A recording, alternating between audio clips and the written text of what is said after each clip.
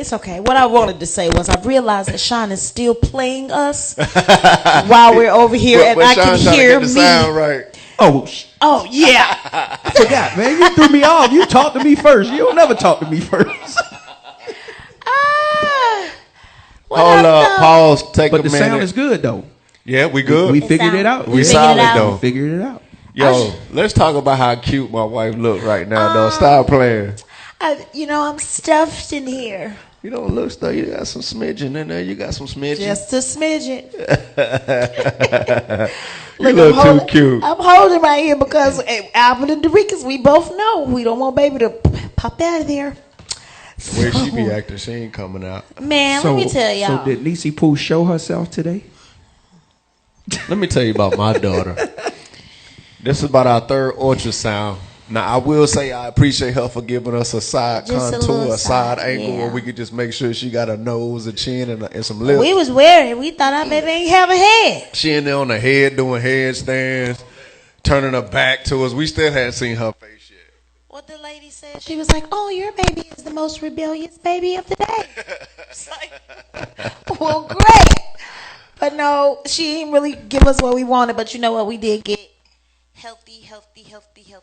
healthy across the board. So walked out smiling. Yeah, you know that was great. Yeah. I still want to see. Yeah, she holding it out. She got this debut spirit.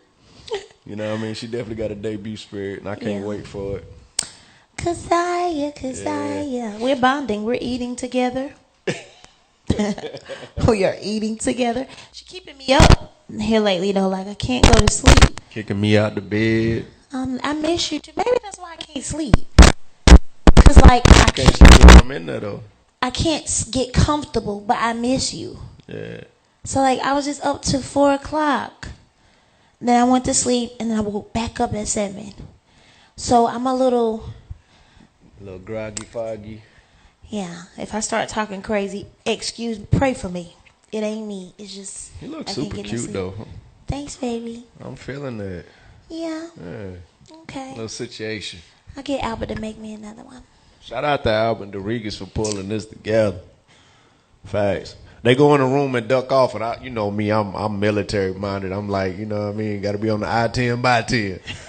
I already know what it is though, right? So by 8:10 is when I start saying, okay. And they be in the back room huddled up, and then she come out there looking real cover ready. Arguing, that's what we doing, babe. Cause he want to put on my pumps back there. I'm like, I can't walk in the pumps up there. Just put them on when we sit down. We're gonna pretend. Right, we're gonna get that look off. It's like Derikas want to keep me. He just want to keep me in the past, honey. Just spirit. Everybody is saying how good you look tonight. But it doesn't change the fact that you try to put my shoes on too early. But it was worth it. You know what I mean? So we appreciate y'all's patience. Say so.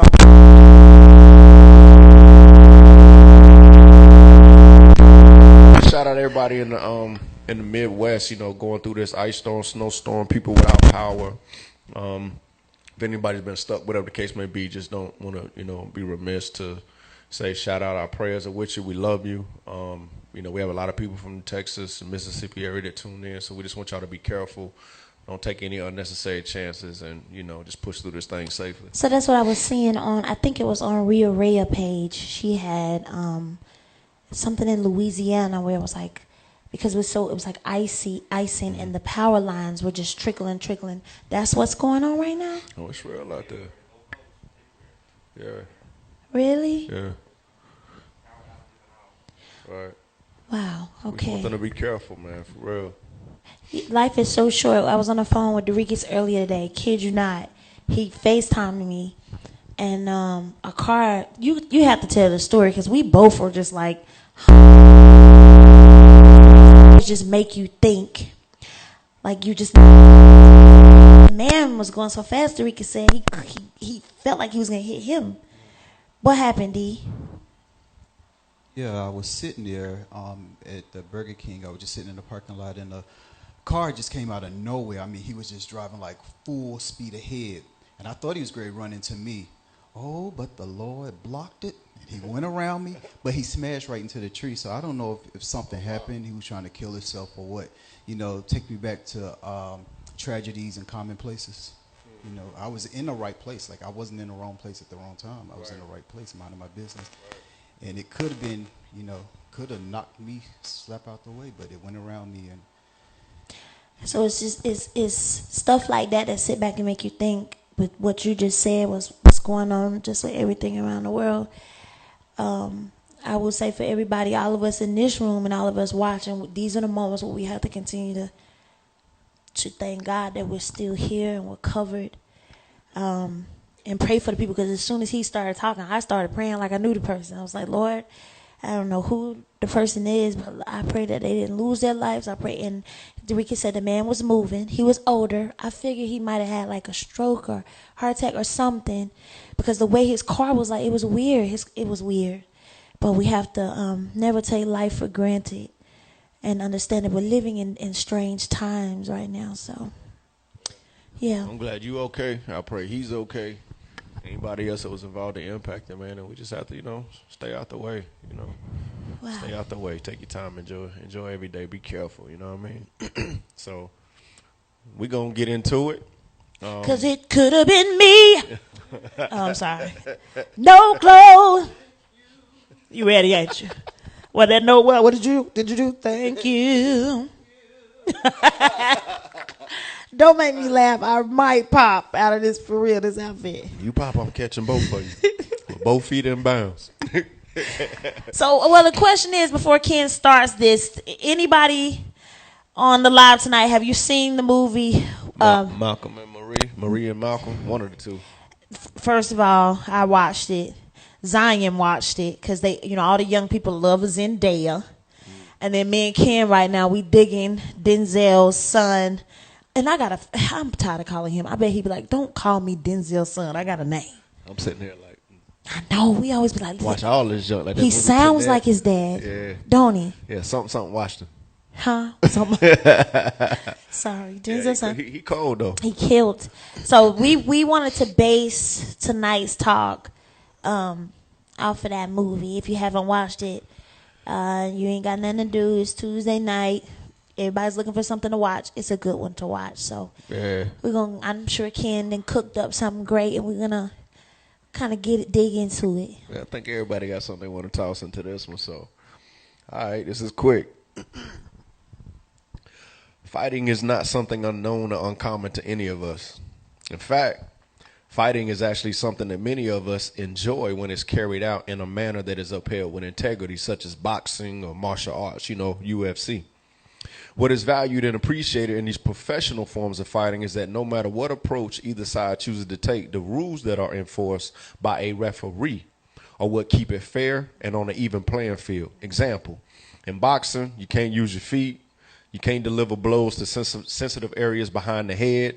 You can't use your elbows, nor can you strike a blow below the belt, which is considered a cheap shot, and that's frowned upon. With these rules in place, each fighter has he has to find a means of winning without breaking any of the rules, and the referee is there to ensure that from the beginning to the end, the fight remains fair. But in relationships, there are no referees present to give instructions or enforce them during heated debates. So oftentimes, sensitive areas are jabbed and provoked intentionally. At times, we get sucker punched with the things we shared with our lover in confidence and in a moment of vulnerability. And low blows are delivered with the intent to hurt and disarm the other person so that we can escape from corners of accountability. So tonight we want to discuss, how do we actually position ourselves to fight fair when there are no referees present? So the first jump was, where do we get the inspiration from it? And it was the Malcolm and Marie. It was, to me, it was a form of a masterpiece because, again, it's hard for two people to be the only characters in any movie in one setting and take you from moment to moment to moment to moment. I was telling you, the only other movie I saw that really hit me that way was Castaway with Tom Hanks. He killed it, him and a soccer ball. Yep. So on that end, salute. But watching them go at it, go in moments of intimacy and closeness to rejection, to being discarded, to being guarded, to just delivering some blows that just... going back to almost like... Right, being hesitant, not wanting to let it go. Yeah. That was the motivation behind this, because a lot of us don't know how to fight fair in relationships. Yeah. And that's what can lead to misunderstandings, disconnect, isolation, divorce. Yeah. You know, so we already got the inspiration. So from your perspective, you can speak personally, objectively, how you look at other things and what you're seeing. Why do you feel it's so hard for couples in the heat of the moment to fight fair?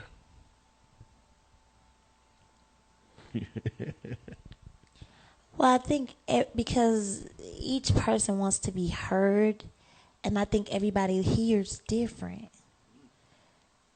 Like, you could say something to me. We've had these times where when we come down, you be like, that's not what I said. I didn't say it that babe. I be like, yes, you did. You be like, no, what I said was, but in the moment, I'm hearing you different. And it's probably that way because I'm hearing you just to respond. You know what I mean? Like, and then I think it's like in that movie, he started getting really, really frustrated because most of the time women, we are emotional. And we kind of, we in the heated moments, we wallow in that emotion.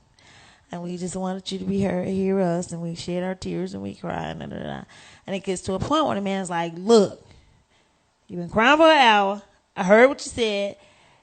So it's like, I want you to hear me, and when I hear from you, I'm playing that out a different way because I'm preparing myself to respond." And I definitely know we both have fell victim to that. Yeah. I also believe, and I stay in the male's pocket, it's not easy to receive criticism. No. Nobody in a relationship wants to feel like they're a failure. Most, if not all times, we go into a relationship to succeed. We want to woo and wow our mate. We want them to see us and only us. We want to have this high, lofty stature in their minds and their perspective and opinion of us. And sometimes correction, though it may be true, can strike the ego. And we all have egos. We all have pride. Some more than others, but we all have it because we are proud of who we are. We're proud of things we do. We mean well. Our intentions are pure, so on and so forth. I believe that in order, from a male's posture, to have a healthy interaction in a relationship, we have to get better at criticism. I know I've had to get better at it because you can say something is true. But if I'm not truly seeking personal growth and I don't want to better understand you, I'm going to take that as a dig, even though it's the truth. Now, how you deliver the truth is very important. Yeah. And I say that to say, if you go watch this Malcolm and Marie, it appears that everything that they were saying was either true as far as factual, or that's definitely how they felt about it. Right. But it was the plate on which they served it on that made it hard to digest. But it didn't start off that way, and I think that's why it kept my attention, because I was like, let me see where they're going to go from here, because it looked like it's about to get lit. But it started off, remember she was quiet for a very long time. There's always somebody in the relationship. You got a quiet one, you got one that'll speak their mind. Mm-hmm. She was quiet for a very long time. She made him some macaroni and cheese, some boxed macaroni and cheese. It was boxed macaroni and cheese. She made him some macaroni and cheese. You know what I mean? They had just left the event. He was high off of, something he had just accomplished. Something happened that bothered her, and she just kept harboring it and holding it in. And so in the beginning, it seemed like they were kind of just going back and forth, having words back and forth. And then it looked like she was going to calm down. He was going to get him a little something. But see, it goes back to that woman. Nah, nigga, I can feel away. You ain't get nothing till we finish talking about it. But as a man, he was like, I thought we were done. And that's what happens in relationship. You got that one that's holding stuff in, and the one that he's the kind that it just comes out. You know what I mean? So it don't start off like that, but I think that that's like toxic when you're in a relationship and you got one that just harbors, hold. Because when you pop, it's like, oh, that's not gonna be good. You know what I mean? So I think that's what kept my attention, because a lot of the things that I seen, we go through, and I was just curious, and I didn't like what I seen. Ken started texting me today and was like, I love you. I don't never want to fuck. I was like, I saw some things in this demonstration that I used to act out. And I was like, yo, I'm so glad I'm not in that place, or I'm not filtering through that filter, because that's not good. That's not good for you. That's not good to be presented around our kids. That's not good for my walk with the Most High. And for me, I saw some things in her that I was like, you got to stop doing that. Like, you got to stop doing that. So let's back it up for those who have. I have not seen it. So you was like, she was mad about something. Yeah. He had, I guess, some big night, won an award or something, and I guess he was giving a thank you speech, and he did not mention her. Yeah. And so the word that popped up when I was watching, I was like, validation. Now, granted, I'm not going to go anywhere and do anything and not salute my queen, because we do everything hand in hand. There's just, that's the yin and the yang. There is no, I did this, I did that, regardless of the fact of what it is. But at the same time, how often do we feel validation plays a role in relationship, feeling overlooked, because we got to get to how to fight fair. So he saw she was looking for validation. And I believe he did what most of us men do. We just say, okay, I'm sorry, my bad, right? But apology will not be ointment to a validation wound. And if a woman or a man is looking for validation, they're looking to be recognized. They're looking to be seen. Like, I'm not just here, but do you see me? And I think that when he tried to just smooth it over so he can get back to trying to get some with the apology, I know I was wrong, it didn't sit well with her, because that tank of validation was still empty that she was looking for him to fill. I honestly don't think that he tried to smooth it over. I honestly felt like he didn't think anything was wrong. Because what I've noticed with a lot of men, if men have their mind set on something and they're doing something, I can say you're the same. Oh, yeah. If your mind is set on something, it's like you guys are locked into that, and it's almost like, just give me a minute, let me stay right here.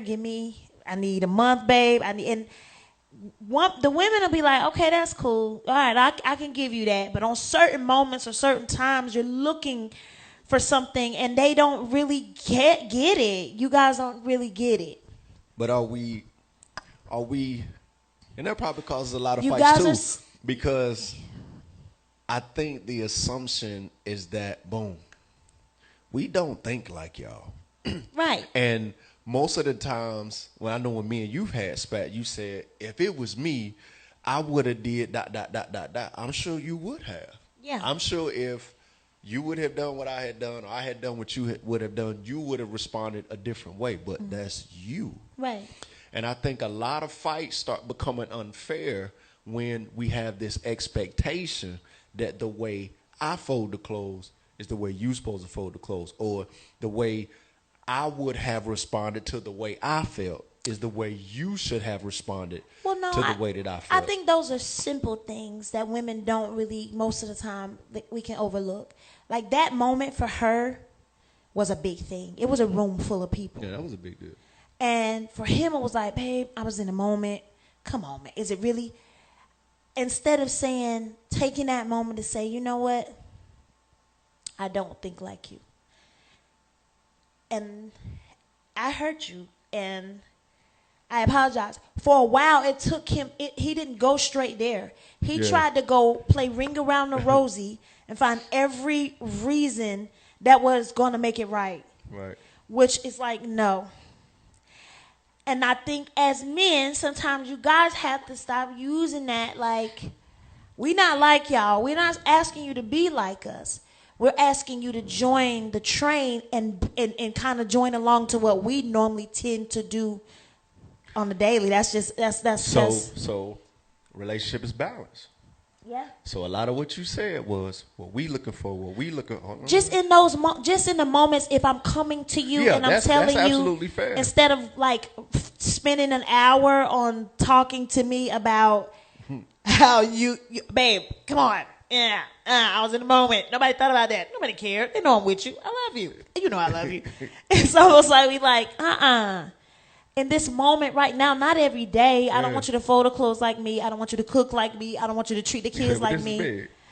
Yeah, like just in this moment, acknowledge that you made me feel like I wasn't a part of that world. When I'm here, I'm dressed up. They just here for the moment. They're just here for the moment. I got your back. So I feel like in the beginning of the movie, if he just would, he walked the whole room He went hard and made excuses, right? And she just sitting there smoking a cigarette, like you don't get it. Yeah. I think that's what I'm saying. I don't think that y'all should join the train and do everything that we do, and I don't think we should do everything. You know, we're two individuals and we're together because we like the difference. I like that about you. I like that about you. But when it comes to this, we have to join the train together.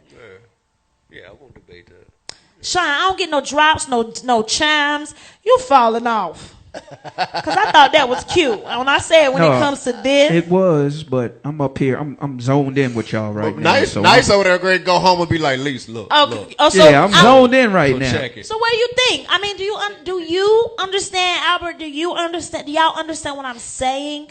Like, because Kim was like, but wait, we don't got to fold the clothes.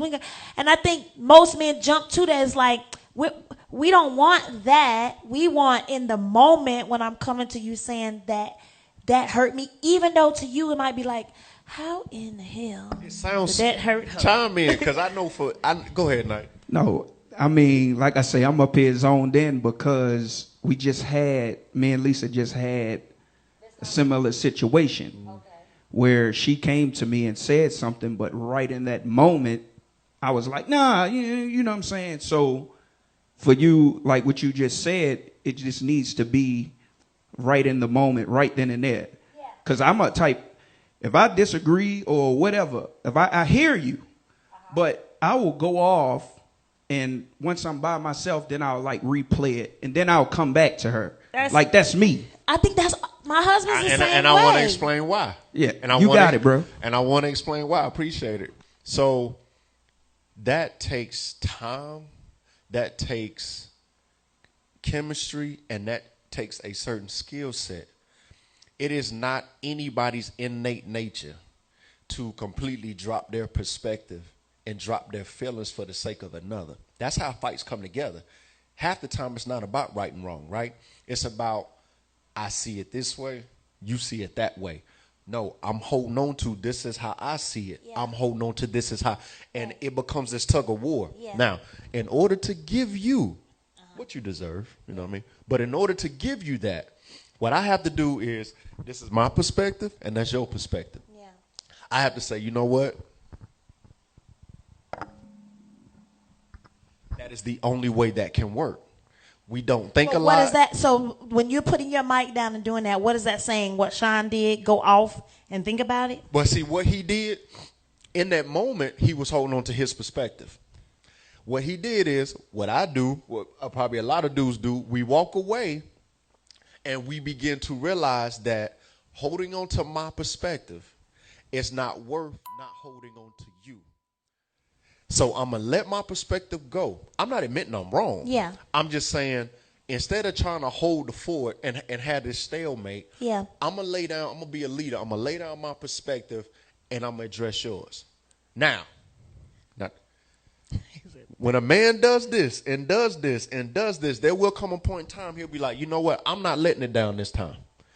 I've apologized for this, or I've said let's do it your way. Oh yeah. So what I try to do is reserve mine for something big and be like, you know what? No, I'm not letting go of my perspective. But see, this is the thing, and this is how we started it off. You know, but the whole referee thing, relationship without a referee. If we want, men love sports. Am I wrong? Yes, Lord. Y'all love sports, football, basketball. What is it? Anything. What's the UFC. Sports? Okay, Olympics. well, in football they have a what? What's the person that go out when you do something wrong and they referee? So it's referee for every sport. Every sport. All right, a referee. How is it you put two men together in a ring, on a field, on a court, and men get heated? Y'all pass words. It's almost like I get scared. I be like, they finna fight. Let's break this up. But the referee comes out and he tells y'all foul on this team, right? You quickly get your stuff together because, number one, you don't want to be kicked out of the game. You don't want to lose the game. And you don't want to have your whole team looking at you like, man, get your act together. Because my favorite team is the Warriors. And I used to always be like, look at Green out there. Green used to be out there showing out. Right? So you quickly get your stuff together. Now, as your wife, but I'm just saying, cause we're a team. The referee is always respected because he represents an unbiased. So can God be the referee? He has to be. So okay. Now you're cooking. I've been cooking, honey. I got this thing on simmer, honey. This meat been roasted all night. I've been slow cooking this thing all night. We walking this dog now. Right. So because if there was no referee in a fight, Mayweather and somebody would start grudge fighting. Yeah. They would slam each other. There was no referee in basketball. There was no referee in football. Somebody has to come in and say, and all they're really doing is a representation of, let me remind you of the rules you already know. Yeah. The referee don't come out there saying, this is how this goes. He is there to reinforce what you already know. Right. So I like what you said. God has to be the referee. And his presence, those statutes, those commandments, those laws, his spirit are supposed to just be a reminder of what we already know. Yeah. That love is kind, that love is patient, that it is enduring, that it is long suffering, that it is giving, that it is sacrificial. Yeah. Because in that moment, we both trying to fight and hold for our might. Pretty much. And that's a tough place to be when you believe passionately, strongly, your insecurities are when you want to win, like each team. When you want to win. When you want to win. Yeah. But I believe if you allow God to be the referee, like in the movie, oh boy could have got some earlier because he tried in the beginning. You know something I noticed about it? Yeah. I felt bad for him. I was like, come on up. Bro. Right. He tried to get him some, but if he would have went in that thing listening to you want some salt in this thing? I was like, bro, it's over. And I think that's how it be in relationships. Like, if you could just come to me in that moment, a woman to give, honey, yes, easy. That. What you look at me like that for? Like you want to? Because ain't no referee here tonight. God ain't here. And I'm gonna let you win. Like I ain't here for it. Like it doesn't work like that. Because let's be clear. Like I'm a realist. When we mad, we ain't thinking about God. Like let's keep it all the way a buck. When you upset, God is the last thing you thinking about. Doing right is the last thing you thinking about. It doesn't work like that. So what is a great opportunity for us right now is what does that really look like? That's the number one reason why a lot of people are having issues walking in the kingdom because we lay out the commandments, but what does that look like? That's with my family. What does that look like with my boss who harasses me and is a sexual deviant? What does that look like with my rebellious child? I hear what you are saying. But what is the real-time application, demonstration of what that looks like? So in the argument, boom, I took some good things from it too. Yeah. The one thing I can say is no matter how disrespectful or cutting or under the belt, whenever one was digging, the other sat there and listened. Were they hold up? Oh, this is good. This is good. Let me tell you how I know they were listening because I know they were listening because when they left and came back just to cut down every single thing word for word that person had built. But that goes back to when I said earlier, are we hearing you or are we hearing you just to respond? That's facts. Because it seemed like in the beginning, they were just chilling like, okay. Yeah. Keep going. Yeah. And when he would walk off and came back and be like, okay, so since what you said, yeah. So it's like, am I listening to come back? I said, you know what? I'm shutting it down for the day. I said, I don't want to be outside of your presence. She was like, for real? I think it might have been about work. That was the argument. Yes, I work a lot. That's what I do. It might have You know been what I about mean? that. So She can't stand it, bro. Like, no, the tables are really turning here. man, I go get it. I used to be downstairs like, well, I guess I'll go get my nails done. But I feel like in that moment, as I was watching it, and if you haven't seen it, you need to go watch it. Shine, you need to watch it. It's different. It's different. And I felt like in that moment, like they were just listening to figure out what they were going to say next. Like, he just cut me. I'm going to cut him deeper. Mm-hmm. And she came and cut him deeper. He was like, okay, I'm about to blow her legs off. She was like, okay, you want to take, like, you know what I mean? And we do that. We do that. Relationships, it happens. I think one of the ways, I know one of the key ways me and you have learned how to fight fair is that we remember and we continue to remind each other what we're fighting for. Yeah.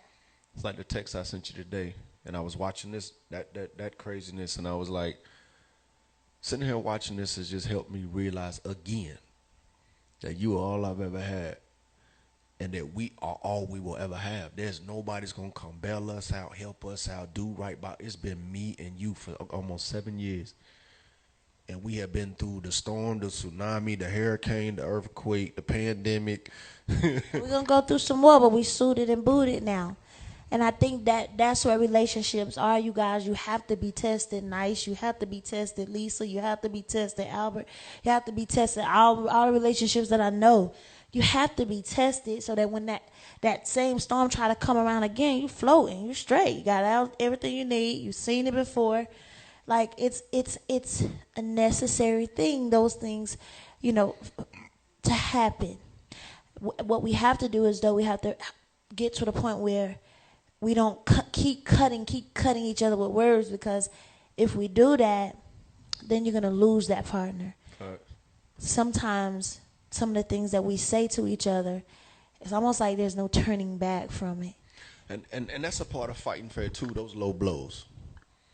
If you come and share something, and this is how it goes down. You in a great place with your mate, you know what I mean? And you begin to share things. You begin to open up Pandora's box, and you share your traumas, your mistakes, your fears, your insecurities, and then you feel like you've had a breakthrough. You're ready to break some curses. You're ready to tear up some roots. And then you have a disagreement about the couch. And then you start throwing these things that were shared and entrusted to you in a very sacred moment, and now they become tarnished. So now you have I gave you something that was traumatic in my life because I wanted to be released of it, and I finally found someone who I felt like would handle it with care. Yeah. And it backfired because now you have reopened that wound for me, made me feel worse than what I already felt, set me years backwards when I thought I was moving forward, and I don't know if I can trust you to give you something else again. You have to fight fair. Fighting fair is accepting that there will be fights, there will be disagreements, but some things have to be off limits and are non-negotiable. Certain things, certain lines and boundaries should not be crossed, no matter how mad you are, no matter how much you hurt, because you don't know what God has planned for that relationship, and you shouldn't even do it if it's over. Because that's one thing I hate was, people break up and be like, oh, he this, oh, he that. Oh, they go y'all ham was just on, sleeping together ham on last week. social media. Yeah, you go ham. Yeah, because those things cannot be taken back. Yeah, and those are the building blocks of strong relationship. And when you do that, you kick the stairs out, and sometimes there's no way to climb out of that. Yeah. It's crazy because I felt like the movie was right on time and very clever during COVID. Because I feel like that's what's happening with a lot of relationships, and that's why we're having so many divorces. Right. You have nowhere else to go. Right. Wow. I didn't think about that. Yeah, you have nowhere else to go. You're at home. Where else we going to go? I have to face the stuff that I've overlooked because I could go to work and come back and go out with my girlfriends and take a couple of trips and da-da-da-da.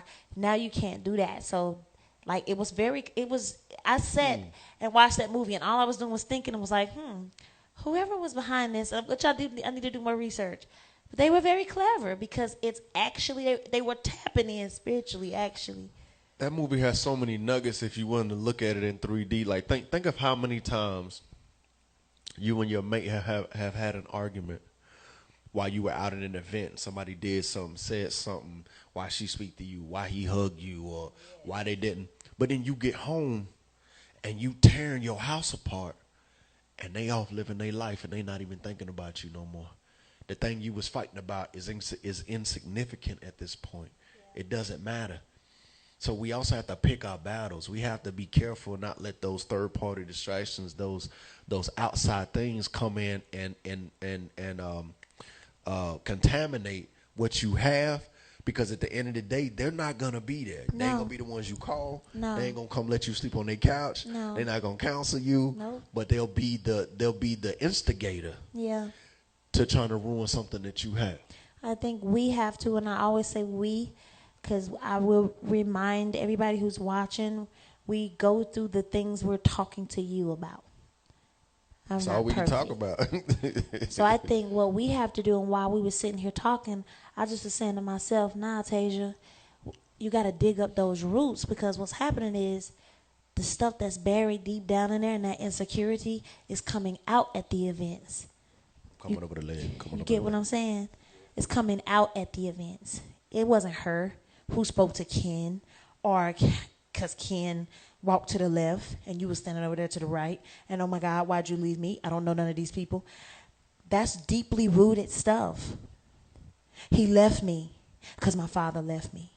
He left me because my brother and my sister left me. I'm standing over here and he just walked off. I told him not to leave me all night. That's a deeply rooted thing. Oh, she spoke to him. So what was the deal? Why she speak to you like that? And why she look at you like that? Because when I was dating such and such and such, a girl looked at him like that, and I knew that's a deeply rooted thing that goes back home now, and now your insecurities have been woken up, and now y'all arguing all night long. Ain't nobody getting none, because you still haven't worked on that deeply rooted thing. And I'm trying to be in a relationship, and I'm trying to be in marriage, still holding on to this dead tree that ain't get me nowhere. I can't produce nothing. I'm producing apples. My children coming out with the same thing. I'm passing the same stuff to them. I'm just passing. We're just pretending, because there's a dead tree that I'm still holding on to. Does that make any sense? Yeah, facts. Facts. And I'm pretty sure a lot of people, we'll be honest with ourselves. Those insecurities that come up, like how that was in the movie at the party. Yes, he should have acknowledged his woman, no doubt. But then she started nicking and picking with the woman who played in his movie. What was it about her? You really thanked her. And as he started coming out with some things about her past, that's when I started realizing, oh, this is deeply rooted stuff she's dealing with that's coming out on that night. You see? We all have stuff like that, and we actually have our own responsibility. Baby, can you do me a favor? You want this drink? That's how I know I love you. Because, see, I could have got it, but then I don't want to spill it because I'm really thirsty. Is this sweet tea, darling? Yes, ma'am. Let me set it back for you. Oh. That ain't grocery store sweet tea. Girl, you know that's Bojangles. I went to the Big Apple Deli. Oh, they gave you that jug in there? No, that was Farley's. I'm sorry. Yeah. That is so good. But, again, we can't even attempt to try to expound on this thing. Like, this is not an exhaustive demonstration. This is just something like we have to consider how we debate and disagree and argue, because there's a right way to do it. There's a healthy way to do it. And there's also a way to do it where you can come out on the other end stronger. But you have to remember and reinforce what you're fighting for, which is why you got together in the first place. And we have a lot of young people who watch this. The ages start as young as 13. So if you're 13, going through your teens, your early 20s, this is also some stuff you got to consider, like beyond she's fine, he's cute, I think we'll look good together, we could be #goals. Relationship is really, truly an art form. It is taking two things from two different sides of the spectrum and finding a way to adjust and tweak and manipulate them and mold them so that they can fit and move as one. That is not an easy thing to do. And that's why people are tapping out, because they go back and retreat and begin to hold back on the me instead of constantly reaching for the us and the we. I want to say something too, because I think I stand corrected. While I said it, I meant what I said, and it is true. But we're living in a time, as Dallas would say, in 2021, we're living in a time where a lot of people, especially young people, are saying, and I used to feel like this when I was in church, you keep telling me to find God, and I talk to him, but I still feel lonely down here.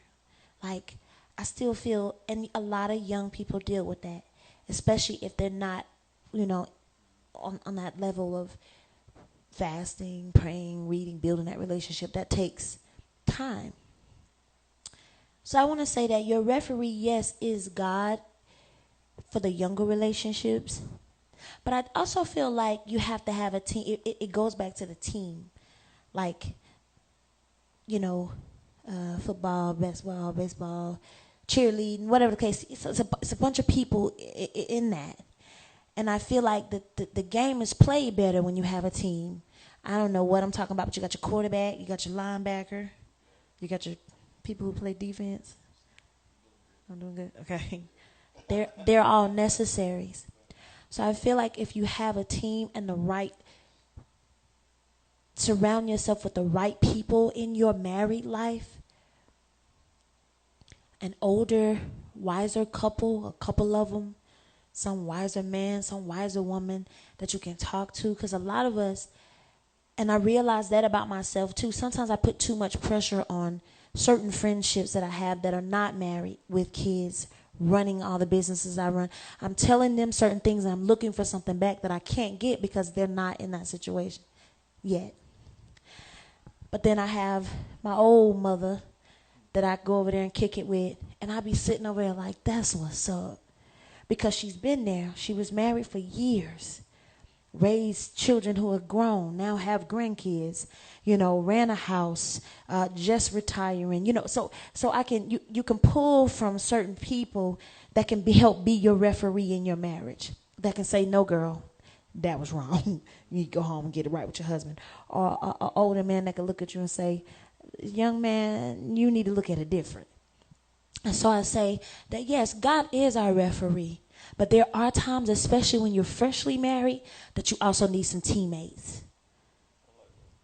Yeah, that's a fact. Well done. All right. I still don't get no chimes, nice? Nice over here trying to be a better man. What you did tonight? I'm calling Lisa. Call me, Lisa. That's how girls do. Lisa, I can't even see Derek. Let's clear this up. I ain't done nothing. Okay, I'm just wondering. You quiet? I ain't get no chimes. Sis, I'm sorry. Okay. I'm just Hey, man, connected. we growing on a connected. weekly basis, man. We trying to figure this thing out, and then as soon as you figure it out, your relationship shifts, and then you have to adjust to that. It's like me and my wife, we are really in a pocket. We have our disagreements, right? But they don't go on like unnecessarily like they used to do. But then here comes Keziah.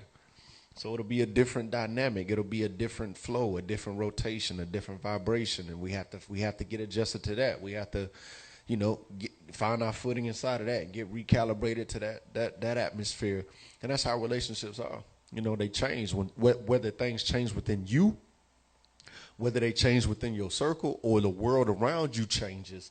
There's something constantly changing to where it's not going to be redundant, and you have to just be flexible and communicate and be honest with yourself and be honest with your person. And again, fight fair. You're going to have disagreements, no cap. You're going to have misunderstandings. You're going to have moments when you don't feel like doing nothing. You don't feel like working on it. You don't feel like somebody working on it for you. You have all these moments, but there has to be some non-negotiables. There has to be some things you won't say, that you won't do, that you won't allow for the integrity of your relationship. And that means even if you have to outline those things, that's not cheesy. You may say, okay, look, we're not going to name call. We're not going to curse. We're not going to talk about family. We're not going to, belittle each other's jobs or what we do for a living or our background. We're going to leave some things off the table. And I think when you do that, it probably also reduce the number of arguments that you have or how long they drag out. Because when you're not reaching and going for the jugular, it's really not that much to say. Once you said your feel and said what you needed to say, like how they did, but then they would come back and go for the jugular. Then they would leave and come back and go for, no, it really could have been a 15-minute movie. Yeah. Yeah. It really could have been a 15-minute movie, but each one kept wanting to come back and stunt on the other and hurt the other person so that could offset their hurt. And that's how you ended up with a whole movie. You know, there was no referee. There was no referee. Where's Derek is? Hey, guys. What's Hey, guys. Feliz Navidad. Can you? Sparrow. I can't see him, so I can just hear you. I was just saying, can you please come around here? I see him now. I see the microphone I back just there. want to be heard tonight. That ring light ain't no joke. What I'm saying is more important than what I look like. Just tonight, though. The Rickers got bars. Just tonight. Oh, God. Kendall, you just talked about integrity, and you also spoke on hurt. There's a lot of people that are still on a road to getting to that maturity place in their relationship. How important, and until they get there, how important do y'all feel it is to go back and clean up the mess that you made during the argument? Meaning that the argument started out about the laundry, but we did low blows. But some of those low blows stung. Now, we got past the laundry part, but those low blows still exist, but we never went back. How important is it that you go back and clean up some of the stuff that you said during the argument? It's very important that you do it, but it's also important, like we said, that you try your best not to, because sometimes you can't clean up certain things. Like, that stuff hits hard, it stings. And in the movie, he says some stuff that hit. Like, wouldn't you say? Like, his came off a little harder. Hers, she said some stuff. See, as a man, I know for a fact he brought out a scalpel. But when she said some things, like, as a man, I was like, and that's another thing. It's like, what I may say to you, I can say, that ain't a nice shoe. That may break your heart. But you could be like, I don't like them J's. I'd be like, yeah, they all right. Because what hurt you may not hurt me. And what hurts me may not hurt you. And that's usually the case. You know what I'm saying? Yeah. I think you have to go back and clean it up. But it's no difference than you don't mop with a broom and you don't sweep with a mop. And by that, I mean, if you're going to go back and clean it up, you have to express why you did what you did. That means you have to lay out, in order to truly clean up that spill, you have to say, okay, you know what? I was feeling insecure in that moment because I know I'm not where I need to be in this particular space. And what I did to run from dealing with that is, you can't just be like, I was wrong for saying that. Or I tell the truth. Or that's what I'm saying. Yeah, like, or say there was some truth in what I said and I shouldn't have said it. Yeah. Like, because it's coming from some place. Like, are you digging up stuff just to hurt me, or are you really feeling that way? I want to know in this relationship how you truly feel, or else we can't move forward. Yeah. You know what I mean? Right. I hate you said it, but the only way we can move forward is by you really telling me why you said that. But you know.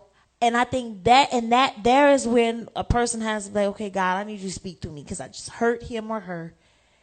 And I got to tell the truth. I came out with it, and I need you to help me say it in a way where they realize that I probably do need to stop that, or I probably do need to get over that, or you know what I mean? Yeah. But it's hard to come back from certain things. So it's best to try to get to a point where you don't say or be like the movie, or be like, you know, the stuff that we go through in relationships. Like, you got to try your best. Because I love that person, so I don't want to hurt you. I really don't want to hurt you. It's weird. If I can't make my point without trying to tear my wife down or grandstand on her, then I haven't fully thought out my trauma or my issue or my problem. If I truly know what my problem is, I know why it's a problem, that it's a validated problem. It's not just me projecting my need for control or my insecurity or my selfish ambition, if I know this is truly an issue and I've thought it out, there's a million different ways that I can deliver that message. Sticking to the problem. If I have to cut her knee, kick her elbow, cut her Achilles heel, cut her ear to make my point, it's probably not a valid point to better stand on its own in the first place. You know what, too, though, Ken? If the couple or people, we start being honest with each other and saying, I realize we can't talk. Miss Brown told me one time, she was like, with her husband, they used to write letters. She was like, we would write letters. And I would go off and read his letter. He would go off and read mine. And we didn't write back, or come to each other and talk about it until like a day later, because I wanted to really read it. I wanted to really hear him out and be able to come. So sometimes we have to think about like that. And I know it may sound corny, but if you and that person at this time cannot talk face to face, write a letter. Wow, that was so powerful, because they've written on that, because it's something powerful when you see what you're saying. When you see what you're saying, you can actually see that's not good. That's cold. That's you're right. You're right. But when you say it, yes, you're seeing the picture in your head, which is usually your emotions, your vulnerability, how you're feeling like a victim, you're feeling threatened. But when you write it out and you see what you're saying and you see what you're thinking, sometimes we can see how childish we are being, how selfish this thing is, and sometimes you'll crumble that thing up and be like, yo, I need to go apologize. Yeah. It's something about seeing yourself. Yeah. And that's the other power of the letter, is not only does it allow you to say what you need to say in a very structured and less reckless manner, but you also get to see yourself. Yeah. Yeah. So to answer that question, try your best not to say it. If you feel like you can't, start writing some letters around this joint. Pass it to him, you pass it to her. If that person is worth fighting for, if you willing to get in the ring like any boxer who loves the fight so much that they will listen to the referee even when they're heated in the moment, they will calm down because they want to continue the fight. If that person is worth the fight, figure it out. Write some letters. Try something It ain't different. corny to write a letter, because 99% of us will blast it in text. No, that's what I'm saying. I'm saying we need to stop. I'm saying because most people, you kick it out there. Some people like, write a letter. Try But it. you in a text war That's for 12 hours anyway. Right, but that's different. When you're in a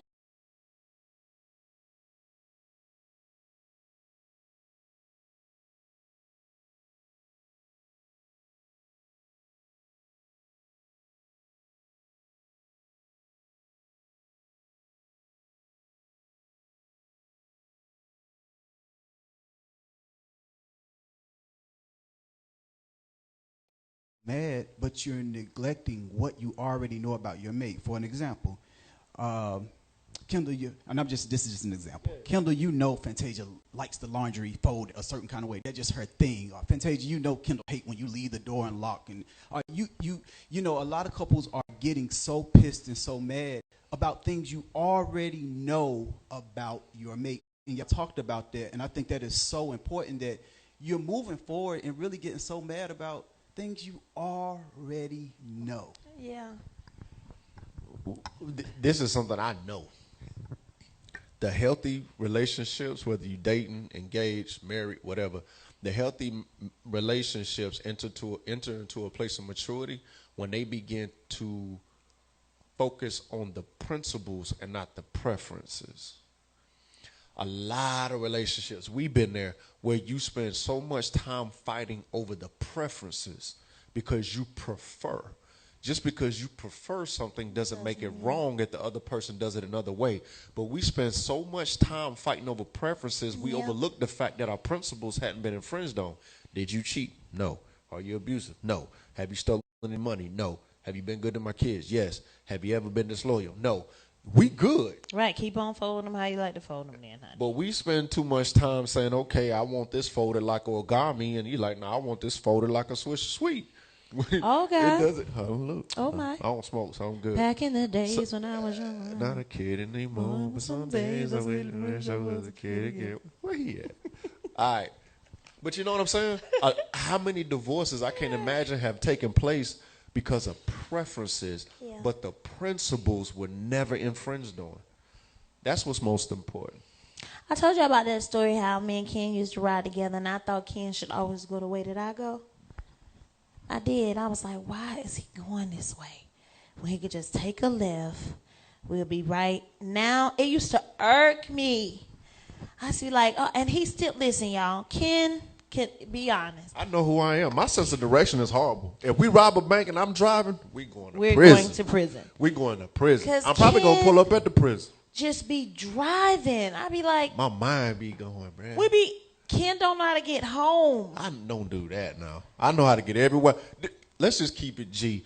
You've lived on this side of town since you've been in Charlotte.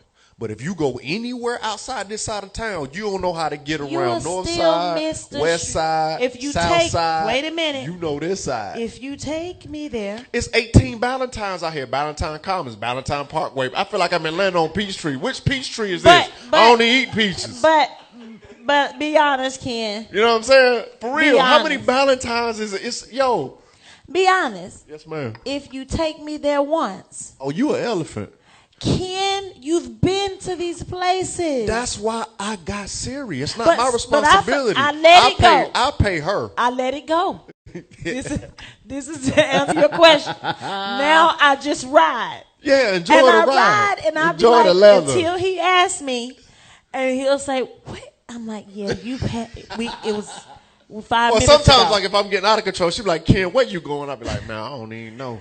But I don't allow it to irritate me like know. it used to. That's because that's him. That me. And that's how he drives. And I don't want him to know. Huh? You already know. I already know. You already know what it is. As soon as you get in the, because what I tell my wife, I be like, "You want to drive?"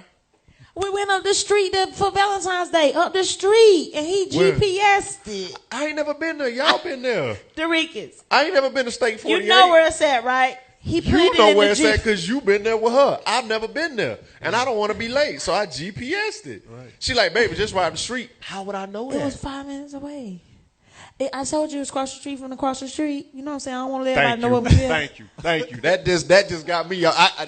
Charges dropped. Your You witness, get Your what I'm Honor. saying? No, don't try. I just don't want talking about everybody this to know up where the we street live. over there across from up the Because street. I don't want to say where it's at. Then we walk outside and they be like, "You told us you live."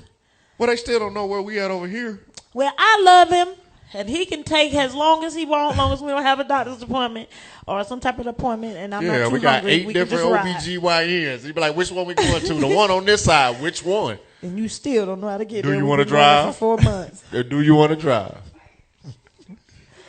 We squashed it. I said I squashed it. Whatever happened to Jesus as my co-pilot? Because this one right here. I said I squashed it. He ain't driving. It ain't Jesus driving. I love you. Oh God. You all right with me. Wait, Keep on, I'll make you pee on yourself. Yeah, that was probably my last laugh right there. I give out my jokes for free. Oh God. It's COVID. It's COVID. But listen. Oh, thank you. So I really want a good. I want a good answer from this next question. So our other answers not good. No, this is a tricky question. This is tricky. This is tricky. Cause see, pride gets in the way of this answer here. For people, going back to the core of this movie, and I know most people would answer this question from the surface, but they mean one thing. You know, today I jokingly said something to you. I said, I mean, that's okay, but I would you. How important is public acknowledgement? Like, and I know people would say, when people are out in conversation, they'll be like, "Oh, I don't need that." Oh, blah, blah, blah, blah. But it's a feeling that still comes over you for your mate to acknowledge you in public, because at the beginning of this movie, this argument derived from him forgetting to acknowledge her. And I know everybody likes to act like they're so strong and they don't need all this and they don't need all that. But a lot of hurt in the inside is because you're a secret, or you feel like a secret even when you're not. And T.D. Jakes even told a story. He was saying how he brought his wife flowers, and she would be like, he said he went to his sister and was like, I'm buying my wife flowers, and she just don't seem like it's just like all that. She said, take him to her job, walk past all those other women, and give her those roses. He said he did it, and she was floored. So how important is being acknowledged publicly? I have to be honest. For my opinion, Not fact, my opinion. It depends on the person. Okay? It depends on the person. I feel very strongly that the energy source behind me and my wife's relationship is truly what we do in private. I don't think my wife's gonna get in her feelings if I do something for her and I haven't posted it, or if I definitely know I don't care. You know what I mean? I really don't. But I do think that there is a, because of the world we live in, there was this one comedian said, if it ain't on Instagram, it didn't happen. Right? So you have this thing where, am I really your man? Or are you really my girl if you don't put me on your page? I can put you on my page and still juggle 5 other women that I ain't posted yet. So I feel like we kind of weigh and put value on the wrong things. Now, when I'm out, I acknowledge my wife in different ways. Like, she know if she look at me, I'm looking at her, I'm watching her back, I'm covering her, I'm trying to pick up the vibration, so on and so forth. But when it comes to social media, man, I do my best not to get caught up in that. If there was a way for me to push Salute First, to be able to push the things that I have been called by God to do without social media, I would not do it. I would not do it. It's one of those necessary evils. Like when I met my wife like shortly after she started her Instagram page, because the label and everybody's like, you got to do it, you got to do it. It's something we have to do, but it's, check my page. If I don't got nothing popping, I'm not posting nothing. But there are a lot of people out here who base the value and the equity of their relationship on, have you shown me to the world? What if I show you the world? Would you rather I show you to the world, or would you rather I show you the world? What's more important? Because I could show you to the world and be treating you like garbage. Does that still fill your tank up? Like, you know, is that the measuring tool? Is that the relational currency that we're exchanging these days that has to be on social media? And I think that's a problem. I think because what happens is you get this post, you see these likes, these comments, and you get fooled, and you taking your eyes off the reality. That's why, like in my book, I was like, reality versus reality, the truth of the matter. So it's like you're focused on this social reality, which doesn't mean anything, and you taking your eyes off the true reality of your relationship. And so it's not healthy. So you have this persona, this image, but it's not substantiated or sustainable behind curtains because it's not authentic. That's just kind of my spill on that. So me, I don't care. Like, I don't post my cars. I don't post my clothes. I don't post no jewelry. I don't post wads of money. We post Paul. Who's Paul? Ain't that Paul? Oh yeah, this Paul Daniels all day. Can I get a? No, when she said Paul, I'm like, I don't post Paul. I post his clothing. You have anything and like? She messed me up too. I thought you talking about Paul Masson. I thought she was looking for some scripture. Do you have anything on there like? If you don't, I just did it. No, the Andy Griffin joint. We gonna add you doing that. Yeah, I post Paul joint. You know what I mean? I'm just messing with you. I get exactly what you're saying. Yeah. I get exactly. I just wanted to. But even being on that stage, let me set this up. Being on that stage, and this is vice versa for both of y'all. If Ken is up on stage, and Ken is giving this lovely speech about his accomplishment, and thanks so many people, big, little, small, of course, you.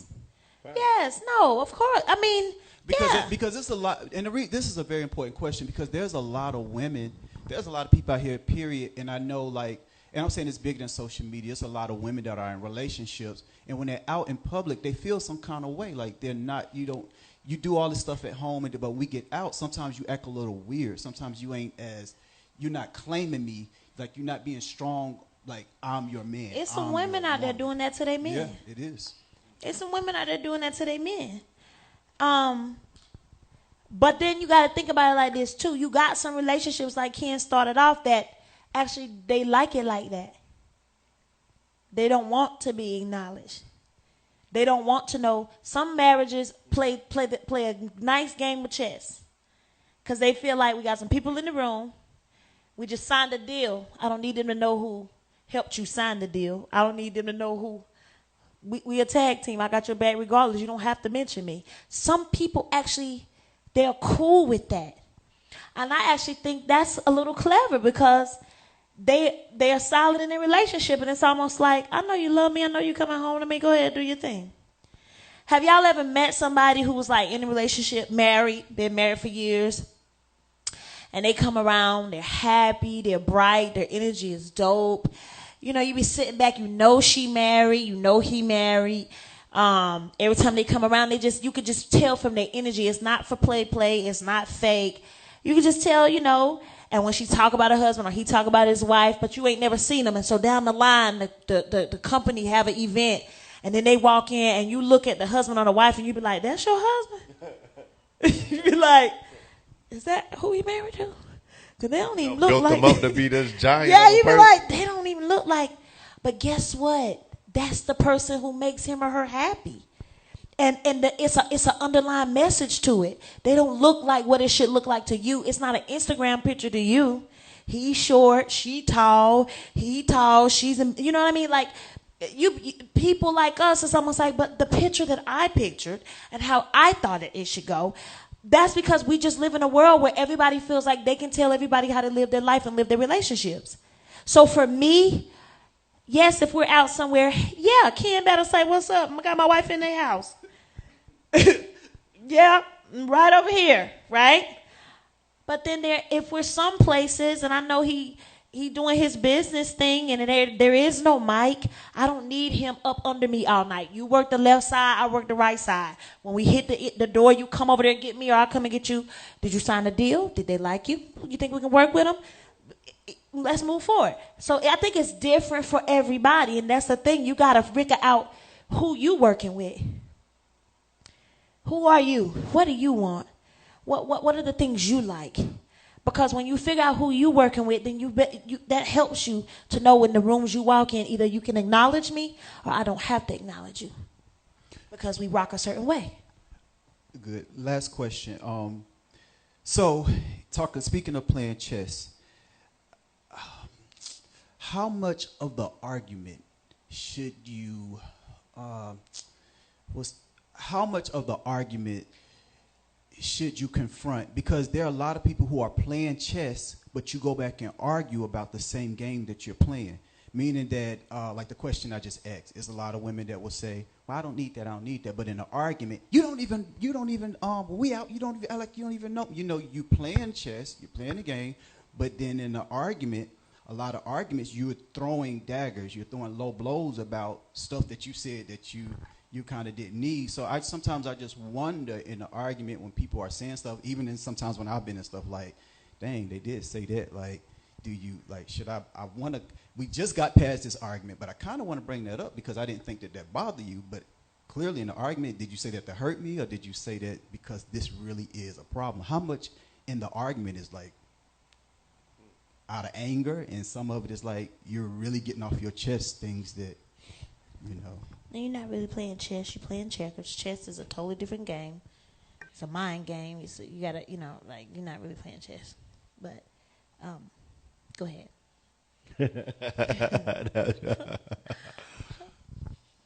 I can only speak for myself. I came into the marriage feeling like all in, right? All in, all out. Excuse me. But along the way, I've learned that not everything you think has to be said. Not everything you feel has to be expressed in the moment. What I had to learn over time was there's a way to give my wife all of me at the right time. And I used to be reckless with it. Say what I feel in this moment. Do what I want to do today. Respond how I want to respond now, or not at all. Express my thought. Drop it, unload it, unleash it. No, there's ways for me to get all of me across to my wife when the opportunity presents capacity to have it, where I feel received, and I feel welcome, and she's in a place to receive it. I think my wife's getting into the same place as well. There are moments when I know when my wife brings something to me, she wasn't just thinking about that moment. She been holding it, trying to find the right time to present it to me instead of trying to force it on me right when she was thinking about it or right in that moment. That's not necessary. So for me, I've realized that I do have to lead from a strategy perspective of chess. I have to say, okay, the goal is to get me and my family to the other side of this board. But I got to move this piece. And I got to think about that piece. I got to calculate 3 moves ahead. I got to set up a defense. I got to make sure everything is closed. There's no open doors. You know what I mean? That there's room for vulnerability, but then we also are not just being reckless with emotion. It takes tact, and I didn't get that. I thought it was just like, let you know how I feel, and this is me. You got to receive me. You got to love me, or do the same thing. That will be a complete failure. So I have learned that I have to lead in a way that you got to orchestrate this thing. You have to put it. You have to put it together. And a lot of times you don't know how it works. You learn by trial and error. You know what my man say, trial by comeback. You have to get in the game, but then you quickly realize that wasn't the right time. That wasn't the right tone. Oh, okay, we're in this season. Oh, okay, this is what she's going through, what she needs. Okay, this is how I need to ask for what I need.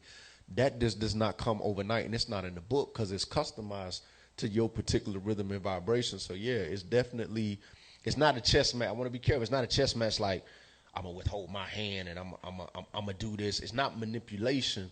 It's strategy. And one of my homeboys asked me, and I'm gonna close out. One of my homeboys asked me one time. He was like, "Yo, what's the plan you have for your family?" And your initial response would be, I want us to be financially secure. I want us to be safe and healthy. Okay, but what's the plan? If you ask me what's my investment plan, it's detailed. If you want to ask me what's my workout regimen plan, it's detailed. Monday, Wednesday, chest day, back day, superset, bop, bop, bop.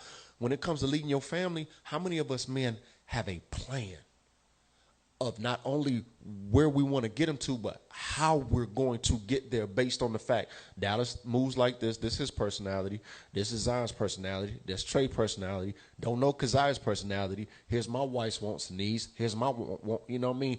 To take all that together and figure out how to get. Most of us don't do that. And most of us fail. And most of us get up every day just willy-nilly, and we just get up, hit the floor, and we just go having no plan. And then we're reactive when something happens, when a fire lets loose, when something, we react. When leadership is supposed to be a proactive demonstration. And I'm really trying to get better at that because I have failed miserably, but I get it now. And grace and my wife's forgiveness is giving me another chance to do it the correct way. Yeah. I'm going to give everybody in this room another chance to do it the correct way. Can we put some pillows next time in these chairs? Because it's not working for my back. Write me a sticky note.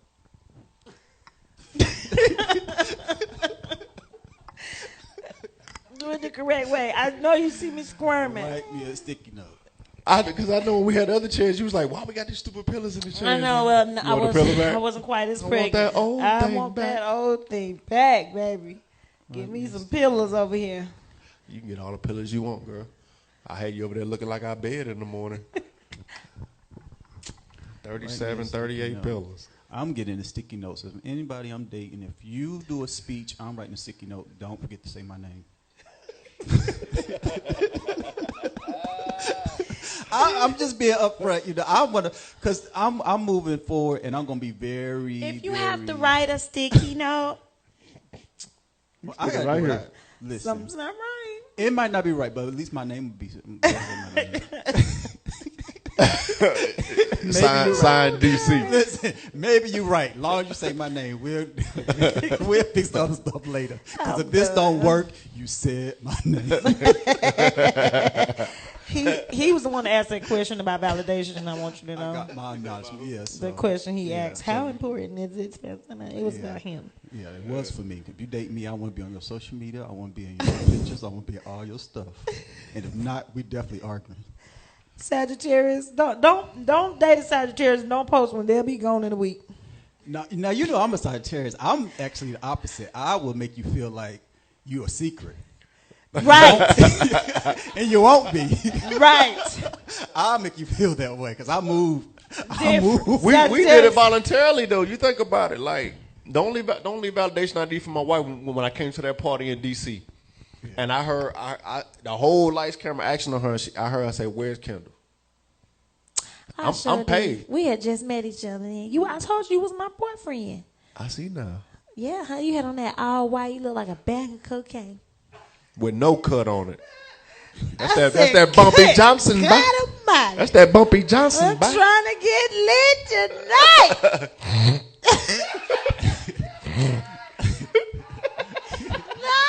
I remember that. And I know Fantasia. It's a good feeling with somebody like claiming like this mine right here.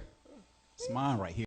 But I said Somebody that to just say walk up there in the crowd and acknowledge like I got. It was different for me, bro. Like I know I looked nervous. I know you was like that boy. No, like when that little situation, I'm gonna tell you when I knew you was the one.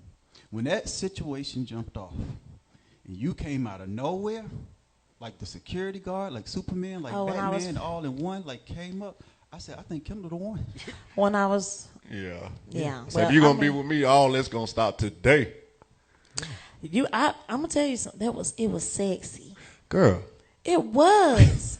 You grabbed me up and looked me in my eyes. I thought we was in a movie. All I heard was violins. I ain't even hear the go-go band no more. I was like, oh my God. He was like, stop this. I was like, I will stop today. I ain't gonna fight nobody. I won't fight nobody. I was finna fight for my brothers. And I'm sitting over there like, look at her.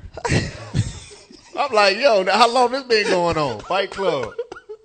It don't happen if you mess with my family. I'm the sweetest person. Listen, don't mess with my people. You don't know how many times I had to. This nigga be ready to go act like she the security. I had to jump in there. I'm so glad. Bro, you came. I was like, what? Who? How? What is this? We got security, ma'am. Yeah. Anyway, I said that to say that was all the validation I needed. Then we went the next 6, 7, 8 months. I ain't show my face. It was intentional. Yeah, we didn't want. We was good. I didn't want to show my face, man. Like. We showed our tennis shoes that day. Yeah, we used to do little pics like this with our matching kicks. Babe, what happened? We used to get matching kicks. Mm-hmm. Now you don't even buy me any tennis shoes. We don't got the same style no more. you don't glue up. The Riggers and Albert that made you glue up. I think just for old time's sake, y'all should post your feet tomorrow. Just post your shoes. Just do a shoe cam tomorrow. Just do a validation shoe cam. A shoe cam. You know. Just out there. Now Marciano got us some custom made kicks for like a little outfit with Kazaya. Yeah. We're gonna do a little something. Do a little shoe cam. This is it. This all y'all get. She taking. You know this is a man's feet. You know it's a woman's feet. So somebody's taking. I'm still curious though why you don't buy me tennis shoes no more. Dude, Rick is stupid. No, why you don't buy me tennis shoes? You say what? Why you don't buy me no more tennis shoes? Because you complain about the last pair I bought you. You listen. If you've been seeing a single person on your timeline, and next thing you know, you see another pair of feet. Even if you don't see their face, you see a feet in the picture. That's him. That's a living witness right there. As long as my feet walking together. You know hey. We walking together. We walking this walk together. Hey. Right. Hey. Shoot. You can go on their page and look for a face. You don't see no face, but you see the other pair of feet in the picture. See them on size 38s on there. You like, she dating somebody. That's saying look like Ronald McDonald. Stay out of but I don't know for sure. That's official. She said, stay out of my DM. You see these feet. Don't worry about what they look like. Stay out of my DM. And if I see anybody in your DM after I posted my feet in your picture, it's gonna be a problem.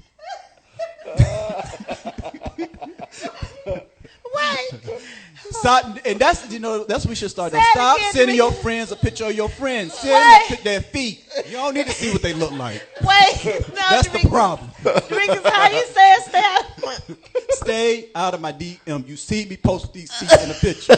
I used to post 2, now it's 4. Stay out. Feet look like you was at a petting zoo. Yeah, well, what they look like, don't worry about it. You know I ain't posting my friend feet. You trying to breathe over here, ain't you? Like that's we always want to bring light, fun, good energy. You know what I mean? Like the Riggers is retarded.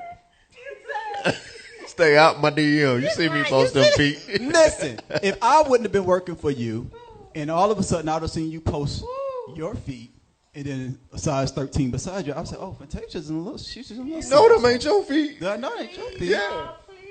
And I know she ain't just posting a friend. And I'm gonna call and that's her one of her homegirls. Yeah, yeah. We need to see her. That's a what? That's a 15 in women's? Yeah, we need to see that. I guarantee we got, you. hey, nice, we got to see that. If you're single and She hanging with a platypus. Listen, if you're single and you post a pair of feet, you're going to go viral. People want to know you're in something. Something is going. You're in something. Somebody sleeping in your bed. Just post their feet. Yeah. The problem is we keep sending out pics, and you need to be sending out feet. Don't worry about one Hey, pic. I bet you're going to be some feet Pete tonight. Listen. Just put some of that Jergens on there. Don't put them out there without them Jergens. So everybody who on here who feel like your mate, people don't know that your mate is taken and you don't want to be seen, post your feet. Put them out there with that Jergens now. Yes. Straight up. If you dark skin and your feet the same color as me. We're going to do a look. We're going to do a look tonight. Yeah, put that on your story. If you Don't leave are that on your ta- feed If now. you are begging taken, y'all. if you're taken and you've never posted your mate, post their feet tonight. I'm That's going to begging y'all. validate. I'm And if your begging. partner don't do it, that's the problem. All I hear is Vicky say, "Stop going to my DMs. You see these feet?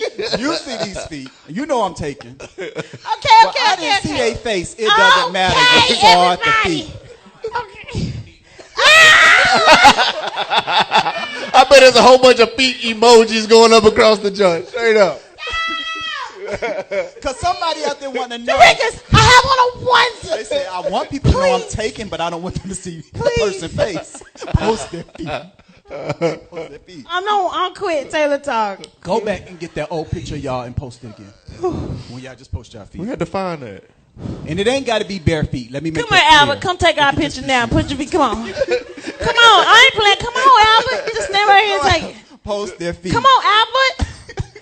Take, Post baby, their fix feet. your feet. Wait a minute. Get What a you good mean, fix angle your because feet? his is long. Yeah, get a good angle. Post. Yeah. Get a good angle. Everybody else posting theirs. Okay. Putting You them don't- foots out there. Don't come in my DM. You see these feet. You see these feet. At least stay out of her DM. Okay. You That's- saw them Jordans. You know it 13. ain't real if it ain't on your Yes. feed. If you put it on your story, it ain't real. It ain't authentic. Hey. I'm laughing and zippers going down. Come on. All right, we gon' pray. Ooh, wait. Let nice cook. Let us, everybody stop playing. We're praying now. Stop playing nice. And No socks. Stop. Doriquez, I'm so serious. It's so close. Doriquez. Oh, no.